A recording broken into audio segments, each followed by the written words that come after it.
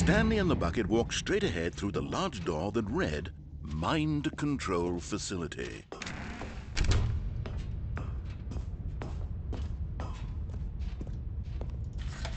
The lights rose on an enormous room packed with television screens. What horrible secret did this place hold? Stanley and the bucket both wondered to themselves.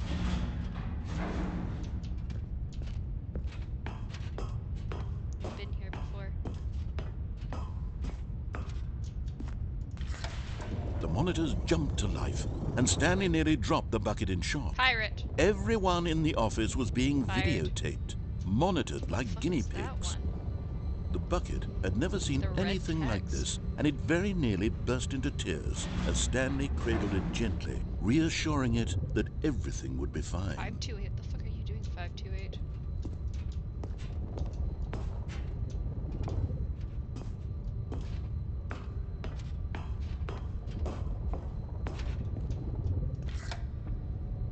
Was the bucket under the mind control facility's influence as well? Had the bucket been told to do things it didn't wish to do? What kinds of things does a bucket want to do or not want to do in the first place? These questions raced furiously in Stanley's feeble mind. No! He screamed into the bucket. He couldn't accept it. His own life in someone else's control, never! He squeezed the bucket tighter. His one friend in the entire world. At this point, he could trust no one except I trust for the none bucket. of you. I only trust the bucket. Can't trust any of you guys. But here was the proof. The heart of the operation. Controls labeled with emotions, happy or sad or content. Walking, eating, working, all of it monitored and commanded from this very place. And as the cold reality of his past began to sink in, Stanley decided that this machinery would never again exert its terrible power over another human life. No, Nemo, I can For only trust the he bucket. and the bucket would dismantle the controls for good. Two best friends, Stanley and the bucket, up against the world. They high-fived in a really cool way, and the bucket made a sassy comment about taking down the system. Yeah, bucket.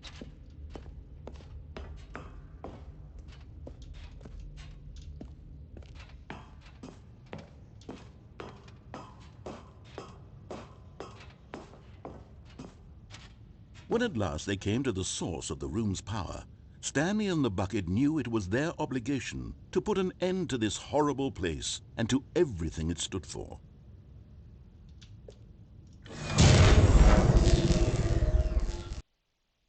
Down with the system. Stanley and the bucket waited in blackness. Was it over?